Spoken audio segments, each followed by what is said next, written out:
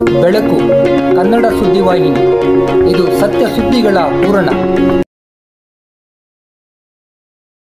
ನೌಕರರ ಸಂಘ ತಾಲೂಕು ಘಟಕ ಹಾಗೂ ಚಿಕ್ಕಬಳ್ಳಾಪುರ ಸರ್ಕಾರಿ ನೌಕರರ ಸಂಘ ಜಿಲ್ಲಾ ಘಟಕ ಹಾಗೂ ಎಲ್ಲ ತಾಲೂಕು ಘಟಕಗಳ ಮತ್ತು ಎಲ್ಲ ವೃಂದ ಸಂಘಗಳ ಸಹಕಾರದೊಂದಿಗೆ ಇವತ್ತು ಚಿಂತಾಮಣಿ ತಾಲೂಕಿನಲ್ಲಿ ನಡೆದಿರ್ತಕ್ಕಂತಹ ಒಂದು ಘಟನೆಗಳೇನಿದೆ, ನಮ್ಮ ಸರ್ಕಾರಿ ನೌಕರರ ಮೇಲೆ ವಿನಾಕಾರಣ ಕೇಸುಗಳನ್ನು ದಾಖಲೆ ಮಾಡಿರ್ತಕ್ಕಂಥದ್ದು, ಯಾವುದೇ ರೀತಿಯಲ್ಲಿ ಸರ್ಕಾರಿ ನೌಕರರಿಗೆ ನಿರ್ಭಯವಾಗಿ ಮತ್ತು ನಿರ್ಭೀತಿಯಿಂದ ಮತ್ತು ಸಾರ್ವಜನಿಕರ ಒಂದು ಸೇವೆಯನ್ನು ಸಲ್ಲಿಸ್ತಕ್ಕಂತಹ ಒಂದು ಸಂದರ್ಭದಲ್ಲಿ ನಮ್ಮೆಲ್ಲ ಸರ್ಕಾರಿ ನೌಕರರಿಗೆ ಭದ್ರತೆ ಎಂಬತಕ್ಕಂಥದ್ದು ಬಹಳ ಮುಖ್ಯವಾಗಿರ್ತಕ್ಕಂಥದ್ದು.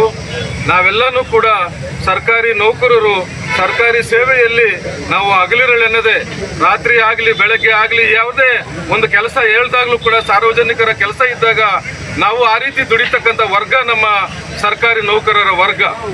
ಆ ನಿಟ್ಟಿನಲ್ಲಿ ಇವತ್ತು ಏನು ಪ್ರಕರಣಗಳು ದಾಖಲು ಮಾಡುವಾಗ ಯಾರೇ ಒಂದು ಒತ್ತಡಗಳಿದ್ರೂ ಕೂಡ ಅದನ್ನು ಸತ್ಯಾಸತ್ಯತೆಯನ್ನು ಅರಿತುಕೊಂಡು ದಾಖಲು ಮಾಡ್ತಕ್ಕಂಥದ್ದು ಒಂದು ಜವಾಬ್ದಾರಿಯಾಗಿರ್ತಕ್ಕಂತಹ ಒಂದು ಕೆಲಸ ಆಗಿರ್ತದೆ.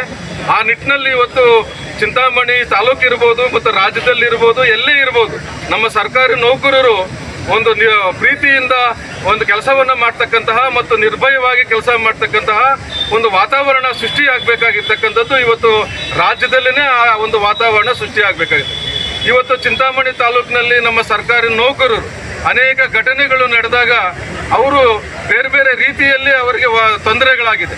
ಇವತ್ತು ಮೊನ್ನೆ ಒಂದು ಶಾಲೆ ಒಂದು ವಿಚಾರ ಇರ್ಬೋದು, ಇಂದಿನ ಒಂದು ಘಟನೆಗಳನ್ನು ತೆಗೆದುಕೊಂಡಾಗ ನಾವೆಲ್ಲನೂ ಕೂಡ ಆ ರೀತಿಯಾಗಿ ನಡೆದುಕೊಳ್ಳದೇ ಇರ್ತಕ್ಕಂಥ ಸಂದರ್ಭದಲ್ಲೂ ಕೂಡ ವಿನಾಕಾರಣ ಅವರ ಮೇಲೆ FIR ಅನ್ನು ಮಾಡ್ತಕ್ಕಂಥದ್ದು ಖಂಡನೀಯ ಎಂಬತಕ್ಕಂಥ ಮಾತನ್ನು ಈ ಸಂದರ್ಭದಲ್ಲಿ ಹೇಳ್ತಾ, ವಿಶೇಷವಾಗಿ ನಾವು ಏನು ಇವತ್ತು ನಮ್ಮ ಸರ್ಕಾರಿ ನೌಕರರ ಸಂಘದ ಅಧ್ಯಕ್ಷರು ಅಶೋಕ್ ಕುಮಾರ್ ಇದ್ದಾರೆ ಮತ್ತು ಆ ಶಾಲೆಯ ಶಿಕ್ಷಕರಿದ್ದಾರೆ ಮತ್ತು ನಿವೃತ್ತಿ ಹೊಂದಿ ಆ ಶಾಲೆಯ ಮಗುವಿಗೆ ಅನುಕೂಲ ಮಾಡಿಕೊ ಹೋಗಿರ್ತಕ್ಕಂಥ ನಮ್ಮ ಆರ್ ವಿ ಆರ್ ಸರ್ ಇದ್ದಾರೆ, ಬೇರೆ PO ಮೇಡಮ್ನವ್ರು ಇದ್ದಾರೆ. ಇವೆಲ್ಲ ನಾವು ಮಗು ನಮ್ಗೆ ಎಲ್ಲರೂ ಮಕ್ಕಳೇ, ನಮ್ಮ ಮಕ್ಕಳು ನಮ್ಮ ಶಾಲೆಗೆ ಬರ್ತಕ್ಕಂಥ ಮಕ್ಕಳೆಲ್ಲರೂ ನಮ್ಮ ಮಕ್ಕಳಿದ್ದಾಗೆ. ಆದರೆ ಮಗುವಿಗೆ ಒಂದು ವರ್ಷದ ಹಿಂದೆ ಏನೋ ಒಂದು ವಿಚಾರದಲ್ಲಿ ತೊಂದರೆ ಆಗಿದೆ. ಆ ನಿಟ್ಟಿನಲ್ಲಿ ನಾವು ಶಾಲೆಯ ಶಿಕ್ಷಕರೂ ಕೂಡ ಸುಮ್ಮನೆ ಇಲ್ಲ, ಅವರೂ ಕೂಡ ಆ ಮಗುವಿನ ಆರೈಕೆ ದೃಷ್ಟಿಯಿಂದ ಆಸ್ಪತ್ರೆಗೆ ಕರ್ಕೊಂಡೋಗಿ ಚಿಕಿತ್ಸೆ ಮಾಡ್ತಕ್ಕಂಥ ಒಂದು ವ್ಯವಸ್ಥೆಯನ್ನು ಕೂಡ ಮಾಡಿದ್ದಾರೆ.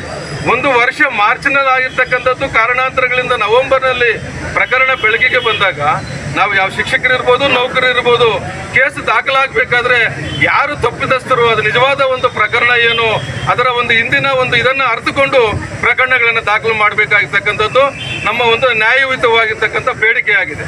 ಯಾಕೆಂದರೆ ಸಿಕ್ತವ್ರ ಮೇಲೆಲ್ಲನೂ ಕೂಡ ಹೆಸರು ಸೇರಿಸ್ಬಿಟ್ಟು ದಾಖಲು ಮಾಡ್ತಕ್ಕಂಥದ್ದು, ಅವ್ರ ಮೇಲೆ FIR ಮಾಡ್ತಕ್ಕಂಥದ್ದು ಖಂಡನೀಯ ಎಂಬತಕ್ಕಂಥ ಮಾತನ್ನು ಈ ಸಂದರ್ಭದಲ್ಲಿ ಹೇಳ್ತೀನಿ. ಯಾಕೆಂದರೆ ನಾವು ಸರ್ಕಾರಿ ನೌಕರಲ್ಲಿ ಇರಬೇಕಾದ್ರೆ ನಾವು ಎಲ್ಲರೂ ತಪ್ಪು ಮಾಡ್ತಾರೆ, ಸಹಜ. ಅದು ಎಲ್ಲ ವ್ಯವಸ್ಥೆಯನ್ನು ತಪ್ಪು ಮಾಡ್ತಕ್ಕಂಥವ್ರು ಇದ್ದೇ ಇದ್ದಾರೆ. ಯಾರೂ ಕೂಡ ನೇರವಾಗಿ ನಡ್ಕೊಳ್ತಕ್ಕಂಥ ವಿಚಾರ ಇರ್ಬೋದು, ಬೇರೆ ಬೇರೆ ವಿಚಾರಗಳು ಇರ್ತವೆ. ತಪ್ಪು ಮಾಡಿದಾಗ ಅದರ ಒಂದು ಸತ್ಯಾಸತ್ಯತೆಯನ್ನು ಅರಿತು ಕೇಸನ್ನು ದಾಖಲು ಮಾಡಬೇಕು. ಬೇರೆ ಬೇರೆ ಉದ್ದೇಶಗಳಿಂದ ಬೇರೆ ಬೇರೆ ಇದರಿಂದ ದಾಖಲು ಮಾಡ್ತಕ್ಕಂಥದ್ದು ತಪ್ಪು ಎಂಬತಕ್ಕಂಥದ್ದು. ಇವಾಗ ಅಶೋಕ್ ಅವರು ಸರ್ಕಾರಿ ನೌಕರ ಸಂಘದ ಅಧ್ಯಕ್ಷರಾಗಿದ್ದಾರೆ, ನಾನು ಸರ್ಕಾರಿ ನೌಕರ ಜಿಲ್ಲಾಧ್ಯಕ್ಷ ಆಗಿದ್ದೆ, ಬೇರೆ ಬೇರೆ ನಮ್ಮೆಲ್ಲ ಅಧ್ಯಕ್ಷರುಗಳಿದ್ದಾರೆ. ಏನೋ ತೊಂದರೆ ಆದಾಗ ನಾವು ಹೋಗಿ ಅಲ್ಲಿ ನ್ಯಾಯ ಪಂಚಾಯತಿ ನ್ಯಾಯ ತೋರಿಸ್ಕೊಳ್ತಕ್ಕಂಥ ನಿಟ್ಟಿನಲ್ಲಿ ನಾವು ಹೋಗ್ತೀವಿ, ಪೊಲೀಸ್ ಸ್ಟೇಷನ್ಗೂ ಹೋಗ್ತೀವಿ, ನ್ಯಾಯ ಪಂಚಾಯತಿಗಳಿಗೂ ಹೋಗ್ತೀವಿ. ಹೋಗಿರ್ತಕ್ಕಂಥದ್ದೇ ತಪ್ಪು ಅಂದಾಗ ನಾವಿನ್ನೇನು ನ್ಯಾಯ ಕೊಡೋಕ್ಕಾಗುತ್ತೆ? ನಮ್ಮ ನೌಕರರಿಗೆ ನ್ಯಾಯ ಕೊಡೋಕ್ಕಾಗುತ್ತೆ?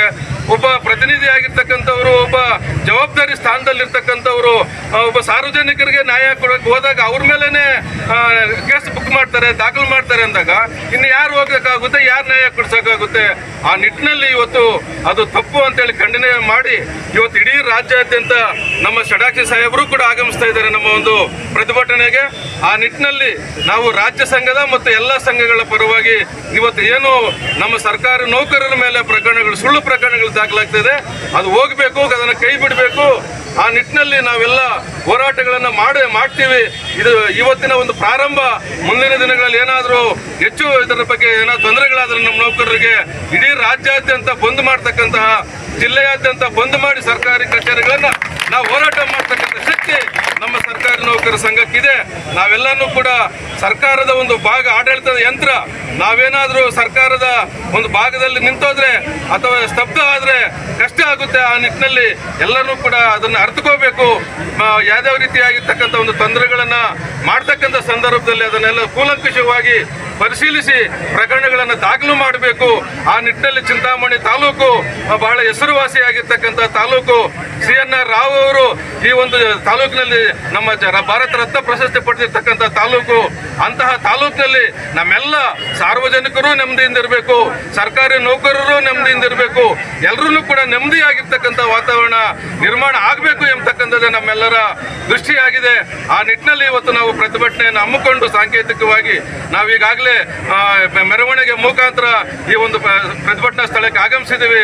ಇದಕ್ಕೆ ಸಹಕಾರ ಕೊಟ್ಟಿರ್ತಕ್ಕಂಥ ಎಲ್ಲ ನನ್ನ ಆತ್ಮೀಯ ಪ್ರೀತಿಯ ಮಾಧ್ಯಮ ಸ್ನೇಹಿತ ಮಿತ್ರರಿಗೂ ಕೂಡ ನಾನು ಧನ್ಯವಾದಗಳನ್ನು ಸಲ್ಲಿಸ್ತಾ ಇಡೀ ನಮ್ಮ ಈ ಒಂದು ಹೋರಾಟಕ್ಕೆ ಸಹಕಾರ ಕೊಟ್ಟಿರ್ತಕ್ಕಂಥ ಎಲ್ಲ ಸರ್ಕಾರಿ ನೌಕರರ ಸಂಘದ ತಾಲೂಕು ಅಧ್ಯಕ್ಷರು, ಎಲ್ಲ ವೃಂದ ಸಂಘಗಳ ಅಧ್ಯಕ್ಷರು, ಆತ್ಮೀಯ ಪ್ರೀತಿಯ ಗೌರವಾನ್ವಿತ ಎಲ್ಲ ಸರ್ಕಾರಿ ನೌಕರರ ಬಂಧುಗಳಿಗೂ ಕೂಡ ನನ್ನ ನಮನಗಳನ್ನು ಸಲ್ಲಿಸ್ತೇನೆ.